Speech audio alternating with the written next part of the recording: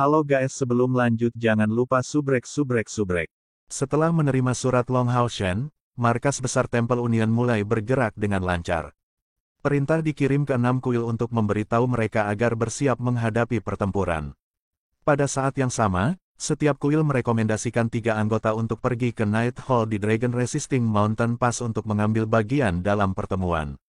Semua wakil ketua serikat juga pergi. Mereka juga membawa pasukan pertama dan kedua yang telah terintegrasi bersama dan dilatih sampai tingkat tertentu ke jalur Gunung Penentang Naga. Di sisi iblis, semua regu pemburu iblis menerima misi untuk perang.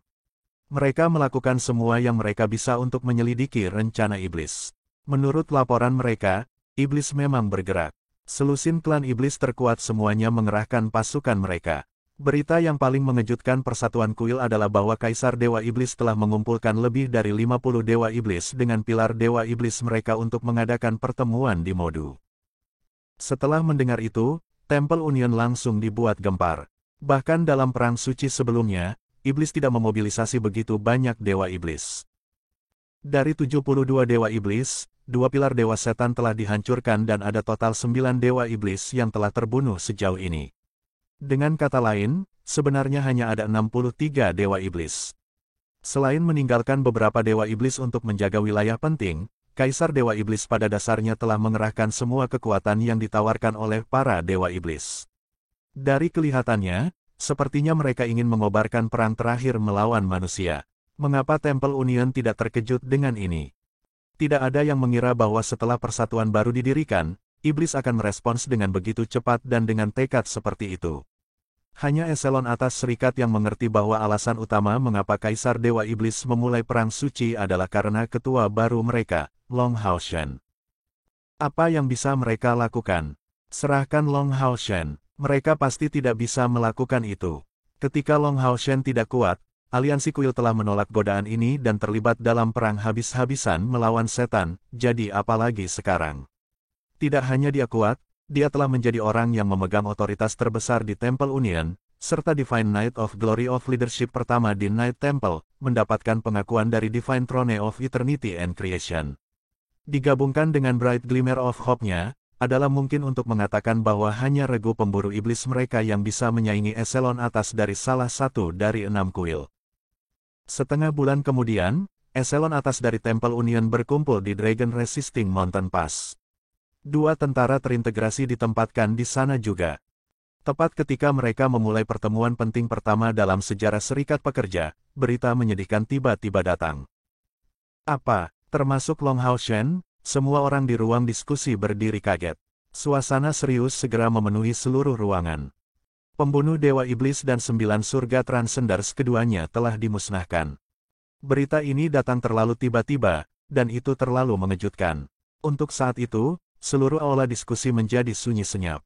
Semua orang merasa seperti hati mereka telah dipukul oleh sesuatu yang berat, sementara Long Hao Shen memucat sebagai ketua Serikat Pekerja.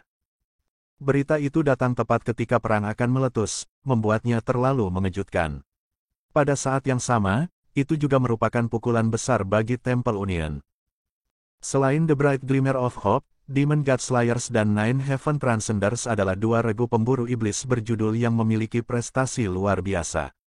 Long Hao Shen tidak begitu akrab dengan 9 surga Transcenders, tapi dia tidak bisa lebih akrab dengan Demon God Slayers. Pembangkit tenaga listrik legendaris, Chen Zidian, telah membantunya berkali-kali, itulah alasan mengapa dia bisa berhasil menjadi ketua. Namun, dia tidak pernah berpikir bahwa hanya setelah berpisah beberapa bulan yang lalu, mereka akan dimusnahkan sepenuhnya oleh para Deon. Setelah beberapa saat shock, Long Hao Shen paksa ditekan kesedihannya. Dia bertanya kepada Kapten Regu Pemburu Iblis tingkat Kaisar, apakah berita itu dapat dipercaya. Kaptennya adalah seorang lelaki tua berusia 80-an. Dia berkata dengan menyakitkan, berita itu dapat diandalkan. Senior Chen Zidian selalu mempertahankan metode komunikasi khusus dengan Regu Pemburu Iblis kami. Ketika itu terjadi, dia dengan cepat mengirim pesan untuk memberitahu kami mundur kembali ke Serikat Pekerja. Kaisar Dewa Iblis secara pribadi memimpin Dewa Iblis Bulan, Dewa Iblis Bintang, Dewa Kematian Iblis, Dewa Iblis Neraka, dan selusin Dewa Iblis lainnya untuk mengepung mereka tanpa peringatan sebelumnya. Ketika Senior Chen Zidian mengirim pesan, mereka sudah akan dikalahkan. Namun, Demon God Slayers dan Nine Heaven Transcenders bertarung sampai mati dan berhasil membunuh 3 Dewa Iblis. Senior Chen Zidian juga mengirim angka akurat. Selain dari 3 Dewa Iblis yang terbunuh, 54 Dewa Iblis lainnya telah berkumpul di Modu. Hal terakhir yang dikatakan Senior Chen Zidian kepada saya agak membingungkan. Dia bilang Kaisar Dewa Iblis sedang bersembunyi. Tidak ada yang lain setelah mengatakan, bersembunyi. Dia pasti telah mati bagi Kaisar Dewa Iblis. Setelah mendengar itu, orang-orang di ruangan itu hanya bisa terkesiap. Pada saat itu, semua orang hanya saling memandang. Selain Long Hao Shen yang berhasil tetap tenang, yang lain semua shock. Suasana di ruang pertemuan menjadi khusyuk. Hati Long Hao Shen juga terbebani dengan kesedihan mengisi matanya. Dia tidak tahu seberapa kuat 9 surga Transcender, tapi dia tahu tentang pembunuh Dewa Iblis yang dipimpin oleh Chen Zidian. Setiap anggota Demon God Slayers telah melampaui 300.000 energi spiritual, yang merupakan peringkat ketiga dari langkah ke-9 atau lebih tinggi. Mereka semua adalah pembangkit tenaga listrik dengan domain. Kultivasi Chen Zidian bahkan telah mencapai peringkat keempat dari langkah ke-9. Di bawah kepemimpinannya, bahkan jika mereka dikelilingi oleh banyak pembangkit tenaga listrik, mereka seharusnya masih memiliki kesempatan untuk melarikan diri.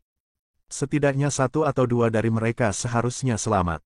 Namun, hasil akhirnya adalah mereka dimusnahkan. Jika dia tidak tahu bahwa itu tidak mungkin, mengapa Chen Zidian menghabiskan waktu mengirim pesan alih-alih membantu setidaknya salah satu anggota mereka untuk keluar? 2 regu pemburu iblis berjudul telah terbunuh begitu saja. Itu adalah pukulan yang sangat berat bagi Temple Union. Secara khusus, ini adalah pukulan terberat bagi moral sejak Serikat Pekerja didirikan. Yang Haohan berkata dengan tegas, berisi berita. Jangan biarkan menyebar. Ketua, saya menyarankan Anda untuk segera memanggil kembali semua regu pemburu iblis di wilayah iblis. Long Hao Shen mengangguk, saya setuju. Apakah ada orang yang keberatan? Keputusan itu disahkan dengan kesepakatan bulat. Bahkan 2 regu pemburu iblis bergelar telah mati bagi iblis, menunjukkan betapa ditentukannya Kaisar Dewa Iblis kali ini. Jika regu pemburu iblis lainnya tetap di sana, mereka mungkin hanya akan terbuang sebagai umpan meriam. Setelah membuat keputusan, ruang pertemuan langsung hening. Semua orang sedang berpikir keras. Mereka semua mengalami tekanan yang lebih besar dari apapun yang mereka rasakan di masa lalu. Kematian 2 regu pemburu iblis berjudul membuat mereka benar-benar mengerti bahwa perang suci yang akan diluncurkan iblis kali ini akan sangat berbeda dari masa lalu. Tidak hanya naga iblis, klan iblis bulan dan klan iblis bintang akan ambil bagian. Kaisar Dewa Iblis pada dasarnya telah mengumpulkan 90% dari kekuatan iblis juga. Mereka jelas siap untuk pertempuran sampai mati. Apakah iblis berencana menghancurkan manusia untuk selamanya? Yang Hao Shen menghela nafas. Sepertinya kita terpaksa menggunakan kekuatan tertentu. Ketika dia sampai di sana, dia melihat Long Hao Shen dan berkata dengan tegas, Ketua, saya akan menyarankan kita untuk memobilisasi kekuatan Gunung Suci Ksatria. Long Hao Shen terkejut. Untuk sesaat, dia tidak mengerti apa yang dikatakan Yang Haohan.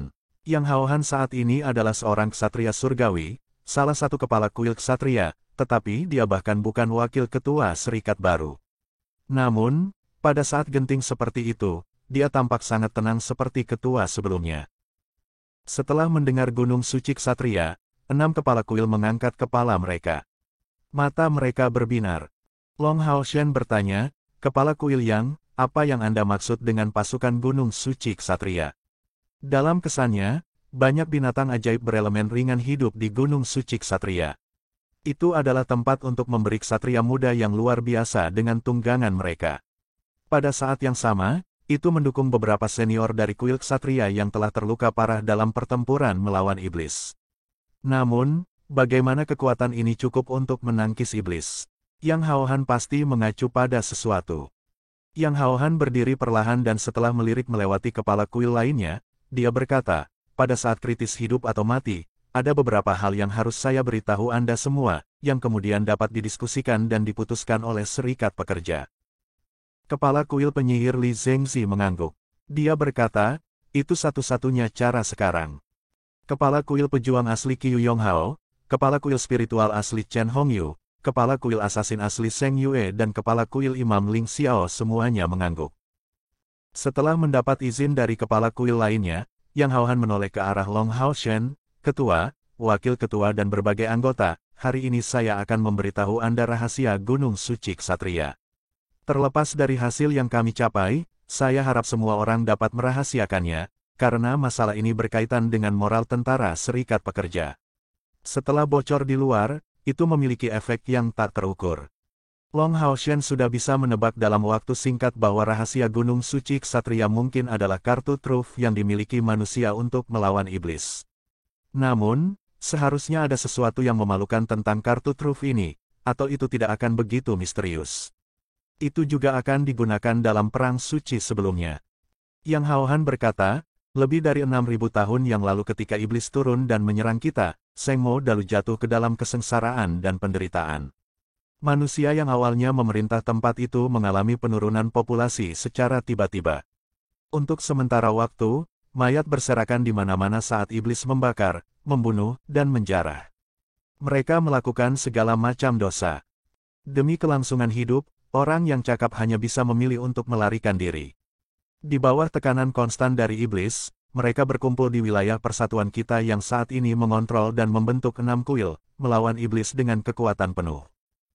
Setelah beberapa dekade perang, kami akhirnya menstabilkan pijakan kami. Menggunakan pendahulu dari 6 benteng yang saat ini ditempati oleh 6 kuil, kami akhirnya menghentikan serangan iblis. Namun, iblis masih kuat saat itu dan mereka terlibat dalam pertempuran yang menentukan melawan aliansi kuil saat itu. Dalam pertempuran itu, iblis kehilangan setengah dari 72 dewa iblis mereka.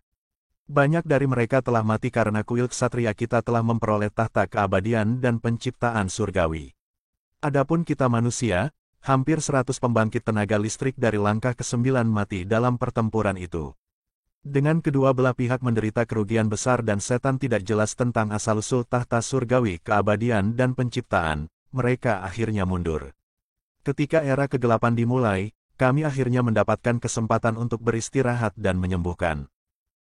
Tepat ketika perang telah berakhir, lebih dari 60 mayat yang ditemukan dari pembangkit tenaga listrik langkah ke-9 yang mati masih agak lengkap. Mereka adalah senior kita, atau bahkan nenek moyang kita dan mereka telah mempertaruhkan nyawa demi kelangsungan hidup umat manusia. Jika bukan karena usaha para leluhur ini, kita tidak akan ada hari ini. Saat itu, aliansi baru didirikan baru-baru ini dan tidak stabil seperti sekarang. Namun, pada saat yang sama, ada banyak peralatan dan alat sulap yang kuat yang telah diturunkan sejak zaman kuno. Kuil ksatria kami memiliki gulungan yang telah diturunkan sejak saat itu. Setelah sampai di sana, mata Yang Haohan bersinar dengan cahaya aneh dan dia menjadi sedikit emosional juga. Semua orang mendengarkan dengan perhatian penuh. Mereka tahu bahwa Yang Haohan telah mencapai bagian penting dari narasinya. Gulungan itu disebut gulungan transformasi spiritual. Kedengarannya tidak ada yang istimewa, tetapi sihir yang tercatat dalam gulungan itu adalah mantra terlarang dan dalam keadaan tertentu, itu bahkan bisa dianggap sebagai mantra supra terlarang. Ada terlalu sedikit gulungan mantra terlarang. Sejak Long Hao Shen mulai berkultivasi, dia hanya melihat mereka 2 atau 3 kali. Adapun gulungan mantra supra terlarang, dia bahkan belum pernah mendengarnya sebelumnya. Dia hanya tahu sampai tingkat tertentu bahwa perbedaan antara mantra supra terlarang dan mantra terlarang seperti perbedaan antara alat supra divine dan alat divine. Mantra supra terlarang bahkan bisa membalikkan keadaan. Itu bisa melakukan hal yang mustahil. Namun, apa yang dikatakan Yang Haohan selanjutnya mengejutkan semua orang yang hadir. Namun, mantra terlarang supra ini adalah sihir kematian. Dengan itu, bahkan Long Hao Shen hampir berteriak. Semua orang yang hadir terkejut. Beberapa lusin orang yang berkumpul di ruang pertemuan semuanya adalah perwakilan dari Temple Union. Mereka adalah kelompok orang terkuat. Namun, ketika mereka mendengar sihir kematian, rasa dingin menjalari tulang punggung mereka. Beberapa dari mereka bahkan menggigil. Sihir kematian telah meninggalkan pelajaran yang menyakitkan dalam sejarah manusia. Akan aneh jika mereka tidak bereaksi seperti ini. Ini juga alasan mengapa Long Hao Shen merasa jijik ketika dia mengetahui bahwa menara keabadian adalah warisan sihir kematian. Yang Haohan melanjutkan, kalian semua pasti sudah menebaknya. Efek dari mantra supra terlarang sihir kematian ini adalah mengubah orang mati menjadi mayat hidup. Alasan mengapa itu adalah mantra terlarang adalah karena ketika itu mengubah orang mati menjadi mayat hidup, itu dapat merekonstruksi jiwa orang yang meninggal dari 24 jam sebelum mereka mati sebagai jiwa pembangkit tenaga listrik. Pada saat yang sama, mereka akan memiliki kecerdasan yang sama seperti ketika mereka masih hidup. Mantra ini memiliki jangkauan 100 meter persegi. Menghubungkannya ke mayat yang pulih yang Yang Han sebutkan sebelumnya, semua orang mengerti apa yang akan dia katakan, tetapi mereka masih tidak percaya. Mereka mendengarkannya dengan tenang. Aku tahu kamu tidak bisa mengerti ini. Bukan hanya kamu. Saat itu, para pemimpin dari 6 kuil juga menolak menggunakan gulungan ini. Sihir kematian telah meninggalkan kita manusia dengan beberapa kenangan yang menyakitkan. Itu mungkin untuk mengatakan bahwa jika itu bukan bencana besar sebelum era kegelapan, iblis tidak akan bisa memaksa kita untuk mempertimbangkan hal seperti itu. Bahkan gereja agung dihancurkan di bawah serangan iblis. Dari sudut pandang tertentu, gereja agung adalah pendahulu kuil ksatria kita. Long Hao Shen melirik Cair secara naluriah. Dia menemukan bahwa teman-temannya dari Bright Glimmer of Hope sedang menatapnya juga. Semua ekspresi mereka sedikit aneh, tapi ada dukungan yang lebih kuat untuk Long Hao Shen. Yang Hao Han berkata, perdebatan sengit muncul pada waktu itu. Beberapa orang mendukung penggunaan gulungan ini. Meskipun kita akan mengubah pembangkit tenaga listrik dari langkah ke-9 ini menjadi mayat hidup, mereka hanya akan hidup melalui metode yang berbeda pada akhirnya. Selama mereka bisa hidup, itu akan setara dengan memulihkan lebih dari setengah kekuatan yang telah hilang dari aliansi kuil. Bahkan jika iblis menyerang kita sekali lagi, kita bisa menghentikan mereka dengan lebih mudah.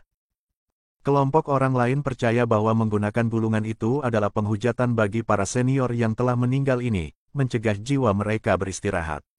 Dan, begitu mereka menjadi undead, siapa yang cukup yakin bahwa kepribadian dan ingatan mereka akan tetap sama? Untuk berjaga-jaga jika sesuatu terjadi, bukankah itu akan menjerumuskan manusia ke dalam bencana mutlak? Mereka bahkan tidak akan mampu mempertahankan Temple Union yang baru didirikan. Ada konflik besar antara dua pendapat ini.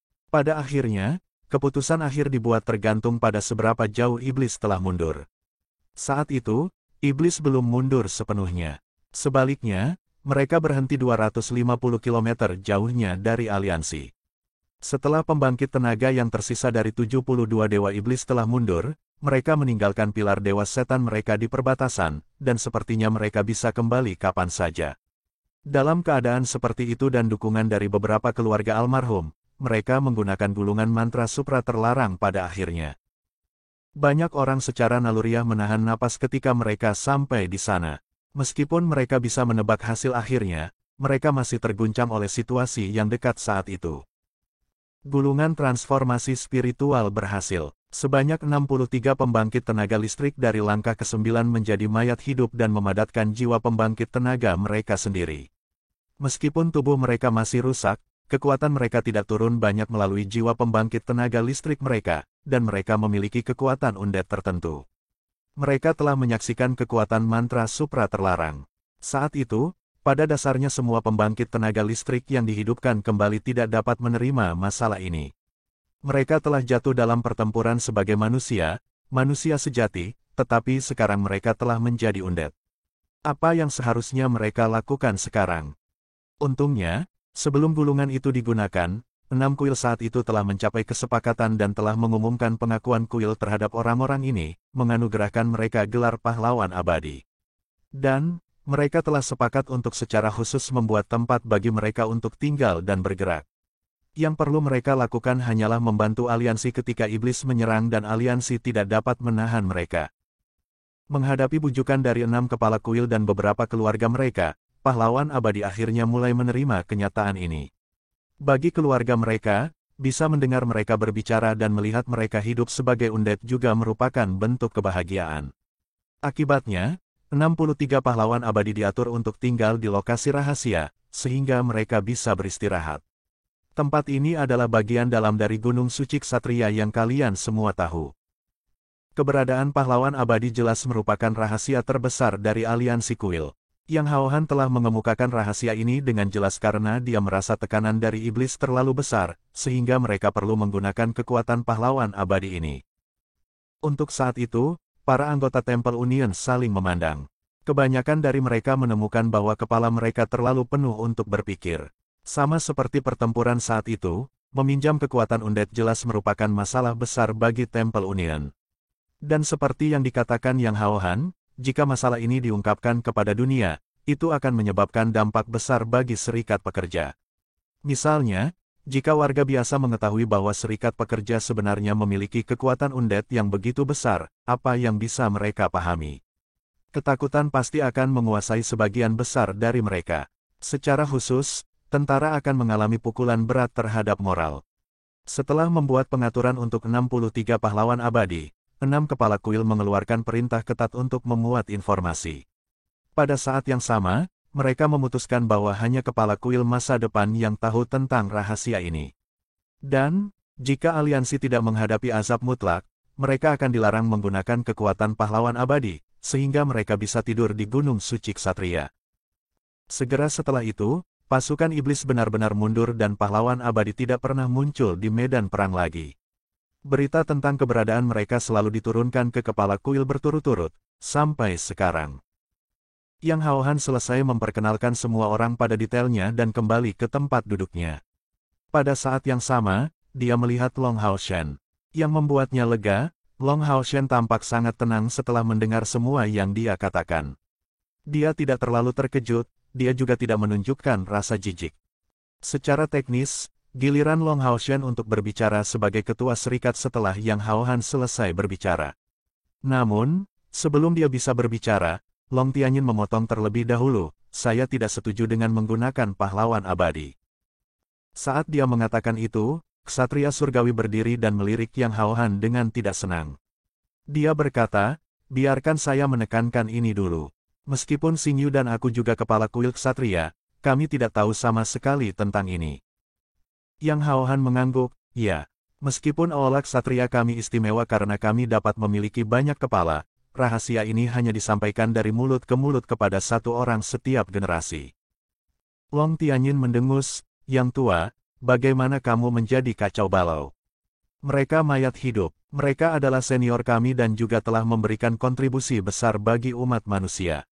Mereka juga telah mengorbankan hidup mereka. Sudah menjadi masalah besar bahwa mereka telah berubah menjadi undead saat itu, jadi bagaimana kita bisa meminjam kekuatan mereka sekarang? Sudahkah Anda memikirkannya? Begitu mereka memasuki medan perang, orang-orang kita pasti akan mengetahuinya. Anda tidak bisa menyembunyikan kebenaran. Ketika itu terjadi, apa yang harus kita katakan kepada orang-orang kita? Pemandangan seperti apa yang akan terlihat ketika sekelompok undead yang kuat memasuki medan perang? Dan, setelah beberapa milenium, dapatkah Anda menjamin bahwa pahlawan abadi ini tidak pernah berubah pikiran setelah sekian lama? Begitu mereka meninggalkan tempat tidur mereka dan muncul di luar, bagian yang paling menakutkan adalah mereka kuat, namun di luar kendali kita, bahkan jika kita tidak memperhitungkan seberapa kuat mereka dalam pertempuran. Mereka senior kami, jadi mengapa mereka mendengarkan perintah kami junior? Bahkan sebelum kita bisa meminjam kekuatan mereka, kita sudah mengalami serangan balasan. Serikat pekerja sudah menghadapi bahaya besar, jadi kita tidak bisa mengambil risiko lebih lanjut.